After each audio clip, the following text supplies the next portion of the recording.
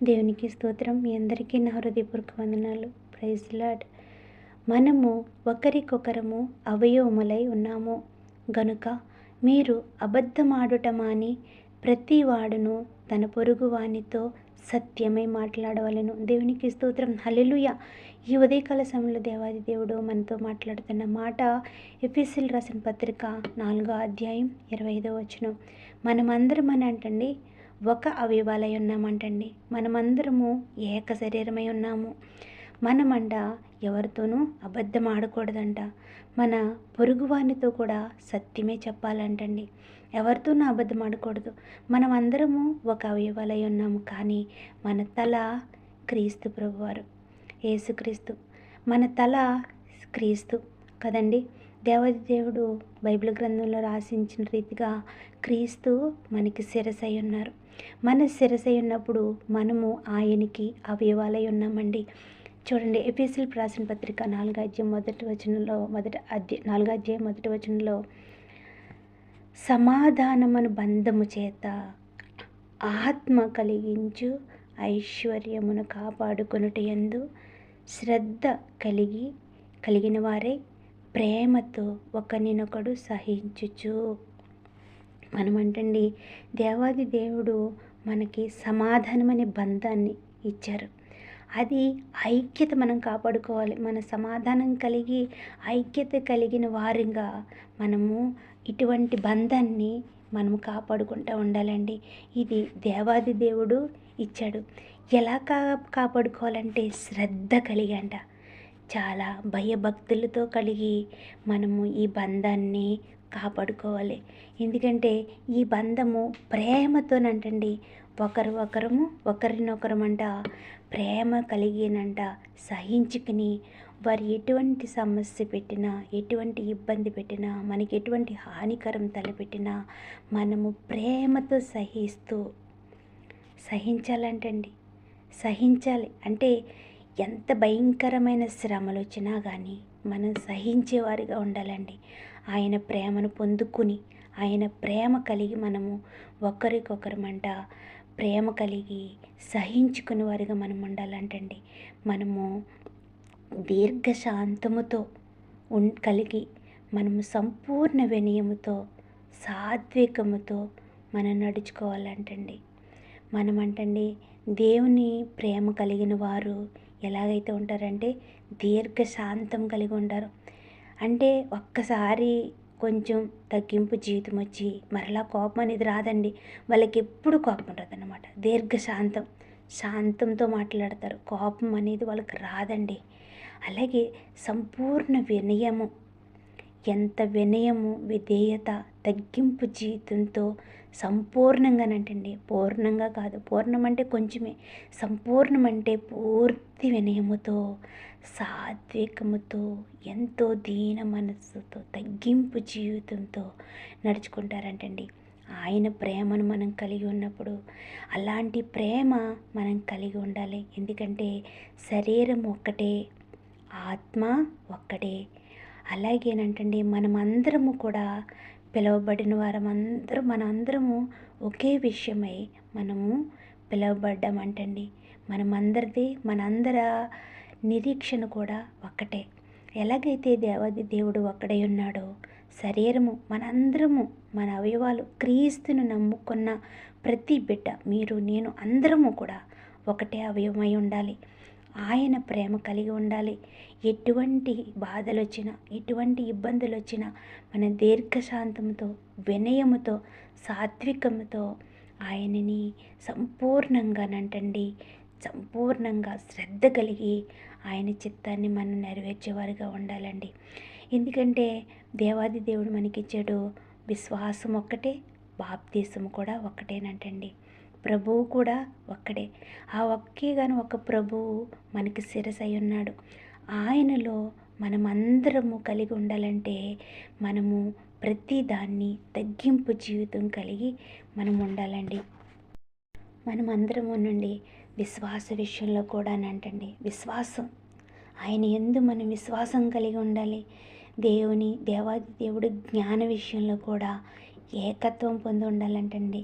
అప్పుడు మనమందరము ఆయనకి ఇష్టమైన బిడ్డలుగా, ఇష్టమైన ఆ కుమార్తెలుగా, కుమారులుగా మనము పిలువబడతాము.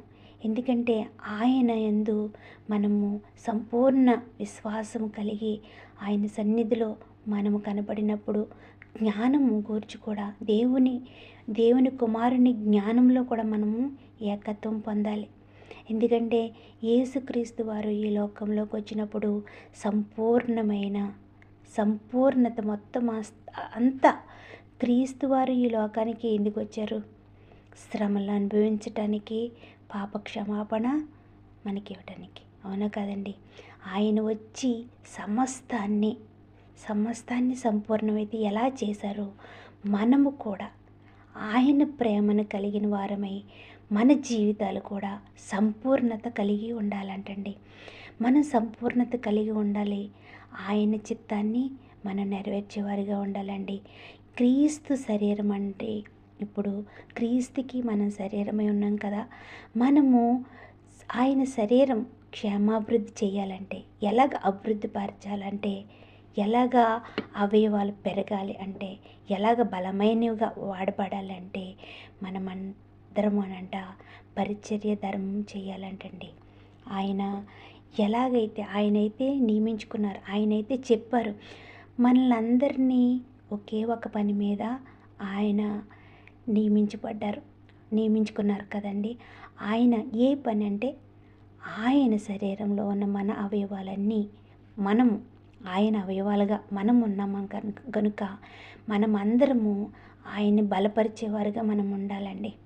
అవును కదా. మనం అందరమునంట ఆయన బలపరచాలంటే, ఆయన శరీరంలో అవయవాలుగా ఉండి ఆయన బలం తేవాలంటేనంటండి మనము కొందరినంట అపోస్తలుగా నియమించాడంట, కొంతమంది ప్రవక్తలుగా నియమించాడంట, కొంతమందిని సువార్థికులుగానంట, కొంతమంది కాపరులుగా, కొంతమందిని ఉపదేశకులుగా నియమించాడండి. మనకు ఉన్న మన తలంతులు బట్టి దేవాది దేవుడు క్రీస్తు కృప ద్వారా మనకి అనేకమైన వరాలు ఇచ్చాడు. ఈ బిడ్డకి ఈ తలంతు ఉంది, ఈ బిడ్డకి ఈ వరం ఉంది. ఈ వరము అభివృద్ధిపరచడానికి ఆయన కృప మనకి తోడుగా ఉంది. కానీ కొన్నిసార్లు మనము ఆ కృపను నిర్లక్ష్యం చేస్తూ, మనం లోకానుసారమైన పాపం చేస్తూ, ఆయనకి అయిష్టమైనది ప్రతిదీ మనం చేస్తూ, ఆయనకి మనం ఎంతగానో బాధపరిచేవారిగా, ఆయన అవయవాలన్నీ బలహీనత పరిచేవారిగా మనం ఉన్నామండి. కానీ ఉదయకాల సమయంలో దేవాది దేవుడు మనల్ని ఏమంటున్నాడంటే, మీ అందరికీ నేను శిరసై ఉన్నాను, మీరందరూ నాకు అవయవాలై ఉన్నారు. మీరు నాకు అవయవాలై ఉన్నారు కదా, మరి నా అవయవాలు మీరే బలపరచాలి. ఎలా బలపరచాలంటే, మీరు సాత్వికం కలిగి ఉండాలి, సంపూర్ణంగా దీర్ఘశాంతం కలిగి ఉండాలి, అలాగే మీరు సంపూర్ణ వినయము కలిగి ఉండాలి, సమాధానం కలిగి ఉండాలండి, మనం ఐక్యత కలిగి ఉండాలనేసి దేవాది దేవుడు చెప్తున్నాడు. అలాగే మనము అందరము ఐక్యత కలిగి, సమాధానం కలిగి, దీర్ఘశాంతం కలిగి ఆయనని వెంబడించినప్పుడు మనము అలాగే కాదు, దీర్ఘశాంతం కలిగి ఉండటంటే సరిపోదు, కానీ ఆయన పని చేయాలి. ఏం పని చేయాలి? ఆయన సువార్త చెప్పాలి, పరిచర్య చేయాలి, ఆయన గురించి మనం అందరికీ చెప్పాలి. మనకి దేవాది దేవుడు ఎటువంటి తలంతులను ఇచ్చాడో, ఎటువంటి తలంపులు ఇచ్చాడో, ఎటువంటి వరాలు ఇచ్చాడో ఆయన మనకిచ్చారు కదండి. ఆయన సన్నిధిలో మనం అడిగి తెలుసుకుని, ఆయన కృప వరాలు మనం పొందుకుని, ఆయన మహింపరిచి, ఆయన అవయవాలను బలపరిచేవారిగా ఉండాలి.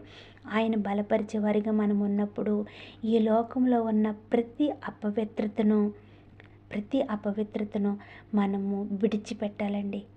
ఆయనకి అయిష్టమైన ప్రతి దాన్ని, పాపం, దొంగతనం, అలాగే అబద్ధాలు, తర్వాత బూతులు, సరసోక్తులంటే సరదాగా మాట్లాడుకుని ఏదో ఎగతాళి మాటలు ఉంటాయి కదా, అటువంటివన్నీ చిల్లర పనులన్నీ, ఆయనకి అయిష్టమైన పనులన్నీ మనం విడిచిపెడితే, మనము ఆయన ఏదైతే చెప్పారో ఆయన చిత్తాన్ని మనం చేస్తే గనక, ఆయన మనకి ఏదైతే చెయ్యాలని మనల్ని ఏర్పరచుకున్నారో దాన్ని మనం చేస్తే గనక ఆయన అవయవాల్ని బలపరిచేవారుగా ఉంటామండి.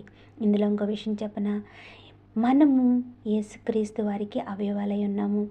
ఆయన మన శిరసై ఉన్నారు. మనము ఆయన అవయవాలై ఉండి ఆయన్ని బలపరచకుండా మనం అనేకమైన అపవిత్రత కార్యాలు చేస్తున్నప్పుడు సాతాను గడికి మనం బలం తెచ్చేవారిగా ఉంటాం. తెలుసండి, మనము అనేకమైన అపవిత్రతలు దేవుడు చెయ్యొద్దన్న పని మనం చేస్తున్నప్పుడు సాతాను గడికి బలం పెరిగిపోతూ ఉంటుంది. కానీ మనము నిత్యరాజ్యం వెళ్ళమండి, నిత్య నరకాగ్నిలో పడేస్తాడు. కానీ దేవాది దేవుడికి మనం బలం తెచ్చేవారుగా ఆయన మనకి ఏదైతే చెప్పున్నాడో ప్రతి దాన్ని మనమందరము ఏకశరీరం క్రీస్తుని నమ్ముకున్న మనమందరం ఒకే కుటుంబం, ఒకే బిడ్డలం, ఒక్కళ్ళమే, ఒక్క కుటుంబం. మనమందరము ఆయన మాటలు మనం విని ఆయన్ని ఎలా అయితే నడవమన్నారో అలా నడుచుకుంటూ ఏదైతే మనల్ని విడిచిపెట్టమని చెప్పినారో అవన్నీ విడిచిపెట్టినప్పుడు ఆయన్ని బలంగా మనం ఆయన శరీరాన్ని బలపరిచేవారిగా మనం ఉన్నప్పుడు మనల్ని నిత్యరాజ్య వారసులుగా చేస్తారండి. యుగయుగాలు ఆయనతో పాటు మనము కూడా ఆయన సింహాసనం ముందు కూర్చుని యోగ్యతను మనకి ఇస్తారండి. ఆయన కృప మనకి ఎప్పుడు తోడుగా ఉంటుంది. ఆయన ఆశీర్వాదాలు మనకి ఎప్పుడు మెండుగా సహాయం చేస్తూనే ఉంటారండి. కానీ ఆయన చెప్పిన ప్రతి దాన్ని మనం నెరవేర్చాలి. ఆయన చెప్పిన ప్రతి దాన్ని మనము సాత్వికముతోనూ నిత్యముగా విశ్వాసముతోనూ ఆయన సన్నిధిలో మనము ప్రతిదీ నెరవేర్చేవారిగా ఉన్నప్పుడు ఆయన కృప మనల్ని వీడిపోదండి. ఆయన మనల్ని విడిచిపోడు, మనల్ని దాటిపోడు. మనకి సమస్తాన్ని సమకూర్చి అనుగ్రహించే దేవుడు. ఆయన కృపను మనం పొందుకుని ఆయన శరీరం వలె ఆయన అవయవాలు మనం ఎలా అయితే ఉన్నామో ఆయన శరీరంలో అవయవాలు మనం బలపరిచేవారిగా ఉందామండి. ఎటు రీతిగానూ ఆయన బలహీనత పరిచేవారిగా ఉండకుండా ఈ ఉదయకాల సమయంలో విన్న ప్రతి అక్క చెల్లెలు నేను కూడా ప్రతిదినము ఆయన మాట్లాడుతుంటే మీతోనూ మాట్లాడుతున్నాడు, నాతోనూ మాట్లాడుతున్నాడు. అలాగే నా హృదయంలో ఉన్న ప్రతి అపవిత్రతను కూడా తీసుకోమని నన్ను కూడా గద్దిస్తున్నాడు. అలాగే ఈ దినాన్ని ఆయనకి మనమందరము శరీర అవయవాలమైతే ఉన్నాము. అవయవాలుగా కలిగి ఉన్నప్పుడు ఆయన శరీరంలో ఉన్న అవయవాల్ని మనం బలహీనపరిచేవారిగా ఉండొద్దండి. మనము ఈ లోకానుసారమైన ఈ శరీరంలో కొన్ని బలహీనతలు వచ్చినప్పుడు మనం నడవలేము, మాట్లాడలేము, తినలేము, తాగలేము, పడుకోలేము కదా, ఎంతో బలహీనతమైపోతుంది. కానీ దేవాది దేవుడు మహిమ శరీరం అండి. అది ఈ లోకానుసారంగా ఈ చితికిపోయి మట్టిలో కలిసిపోయే ఈ శరీరం లాంటి అవయవాలు కాదు. ఆయనకి అది మహిమ గల శరీరము. అటువంటి శరీరాన్ని మనం బలపరచాలంటే మనము కూడా మహిమకరంగా మారాలి. అటువంటి కృపను మనము ఆయన ద్వారా పొందుకుని ఆయన చిత్తాన్ని నెరవేర్చే వారిగా ఉందాము. ఈ కొన్ని మాటలు దేవుడు దీవించును గాక. ఆమేన్. Praise the lord.